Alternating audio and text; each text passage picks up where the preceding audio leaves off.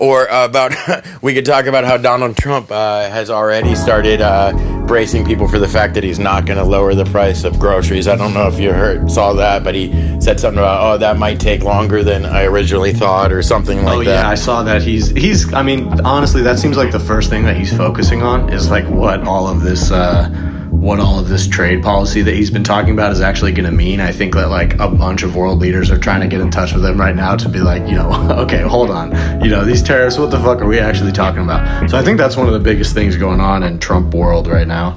And it's funny because I see him making these threats, if you don't do this, he just said that to the EU, that they have to buy more oil and gas from America, otherwise they're going to face tariffs. And that's the kind of thing that resonates with people, even though really it's bad policy. The idea of using these tariffs is bad policy that would ultimately hurt consumers. However, what Trump is doing that other presidents don't do, that I think is the reason that he communicates well to people, is he's using his leverage.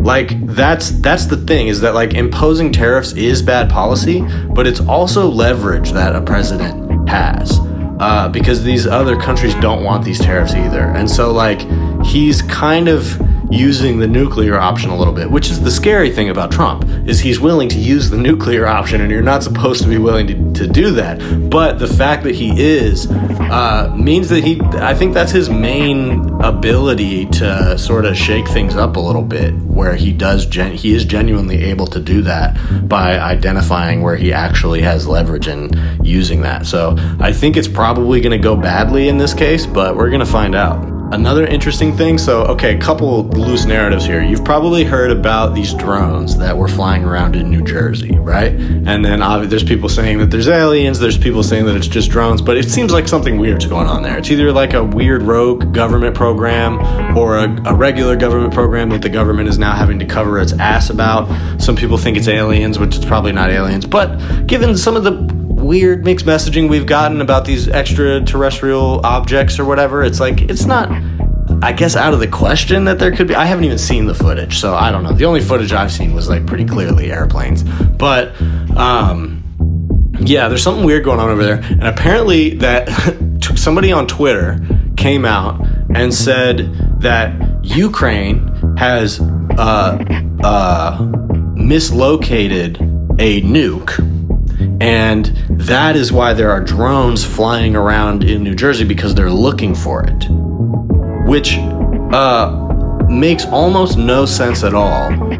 First of all, because Ukraine doesn't have nukes, and they were forced to give up their nukes some years back, so they don't have any. And if anything, U.S. has been debating about whether we should give them nukes. But then also the idea that drones would be flying around America looking for nukes that were stolen from Ukraine. I mean, that's crazy. And this whole narrative has popped up to the point where I've had friends reach out to me, I think just because of this one guy saying it on Twitter, who appears to be completely full of shit. But there's some kind of psyop going on there, right? Like somebody's being misdirected somewhere. And so like, what if there is really some like crazy shit going on with those drones that the government doesn't really have a handle on? And so they're using this Ukraine narrative as a way to misdirect some of the more conspiracy inclined people. You know what I'm saying? Like, oh, we'll go with this narrative, or, because the Ukraine thing is intriguing to people, the idea that Ukraine is mislocating nukes and stuff like that. And so maybe that's a misdirect to keep our eyes off the fact that the alien apocalypse is upon us. How hilarious would it be if the aliens finally chose to like touch down because of Trump's second presidency? They're like, all right, it's time for us to step in. I mean, how perfectly Trumpian would that be? That like alongside Trump's second presidency, already the craziest thing ever, the craziest other thing ever that could possibly happens at the exact same time. I mean, that's literally what happened last time with COVID. So if the aliens are finally here because of Trump's second administration, fuck it, let's get it. As far as UAPs and stuff like that, I actually hadn't seen that New Jersey thing. I'll have to look that up. That's pretty wild to think that that Tony Soprano's got a nuke that he's hiding from the Ukraine. He intercepted their shipment and is hiding it till the heat dies down enough that he can fence it.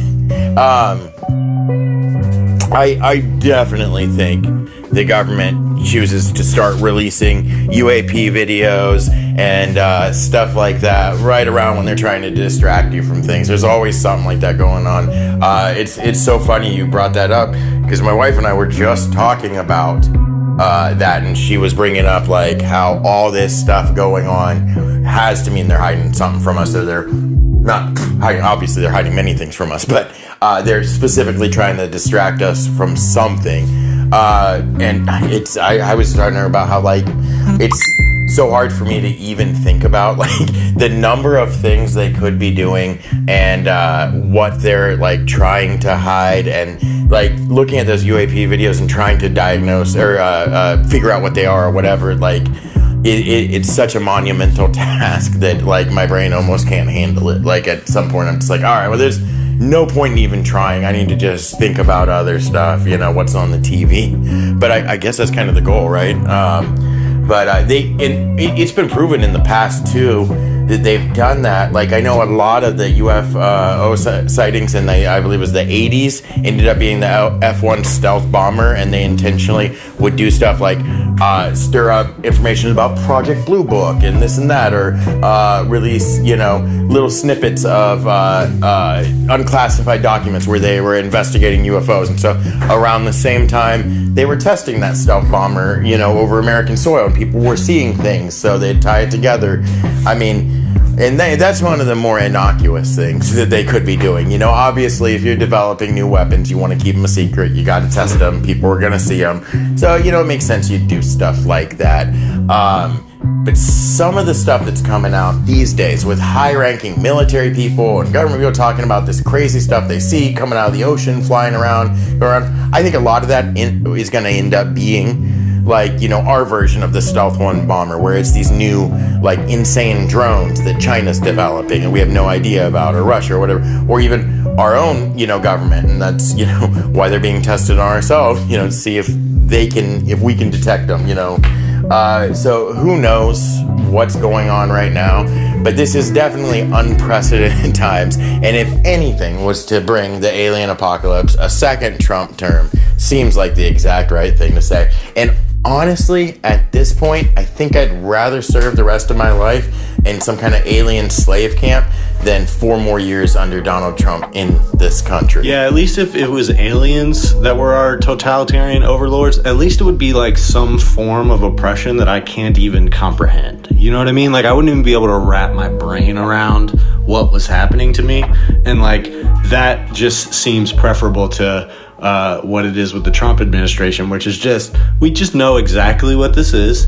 We know in great detail. It's been historically documented over and over again, and we're just living through it again. And we just gotta fucking deal with it and do our best, knowing exactly what it is that we're dealing with, and knowing that this is just a guy that someone could... So I saw something interesting today. Our man Luigi, he's in the same prison as P. Diddy.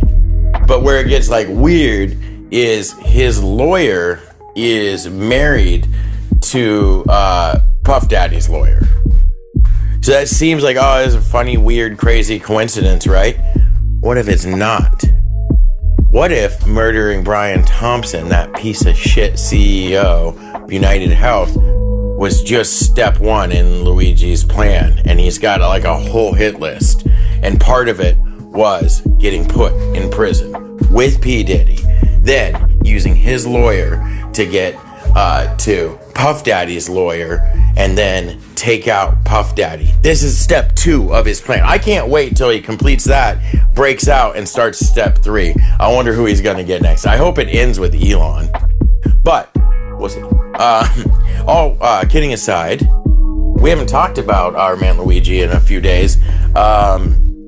Have you seen the charges they gave him? I mean, obviously, not terribly surprising. They put terrorism in there. I don't remember the exact charge, but it's like murder and terrorists in the service of terrorism or some shit like that. That's not what it is. But, you know, whatever. They're charging him with terrorism because obviously it is a way for them to kill him. Excuse me. The state of New York does not have execution as an option for a murderer. So, or at all, obviously. But federal law does, so they're going to charge him with terrorism so they can possibly give him the death penalty. Not surprisingly at all. I've been saying that since he got caught. They're going to try and charge him with terrorism so they can kill him. But what do you think, like, they're going to do here? Like, they have two options, and that is they can kill him to try and make an example of him because they see that the public is really on his side, obviously. So you might want to fucking try and nip that in the bud by executing him and showing people what happens, make an example of him. Or, they could give him life in prison because they know if they execute him, it's going to piss a lot of people off because people are on his side so much. So I can see it going either way. What do you think? Do you think that they would rather make an example of him or try and keep people as happy as possible by not killing him? As far as what they're going to do for Luigi, I don't know. I know that there are organizing efforts to help pay for his bail or his commissary and stuff like that, and we can link to that as well. What they're going to do, I don't know. I mean, terrorism charges, did you say that's a federal charge? Because, if they put him on federal charges, then he's pretty fucked. He's probably going to go down for that. There is still the idea that, I think it's going to be hard for them to get a jury together that doesn't have some sympathy for this kid. And that may cause them to bring the charges down. That may cause them to bring bring different charges than they would have. I think they ultimately, though, they want to make an example out of him. I don't think they're going to back off of that. And, I think that's their biggest priority right now is the show of power.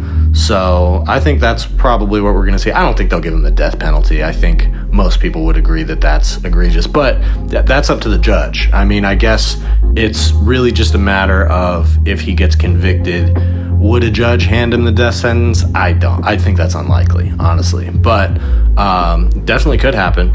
And I think the more interesting question is, even if there are no sort of issues with putting the case together or whatever, and they're able to ultimately, take it to trial, I think there's a good chance that Luigi's able to elicit enough support from the jury to kind of get out of it in some way.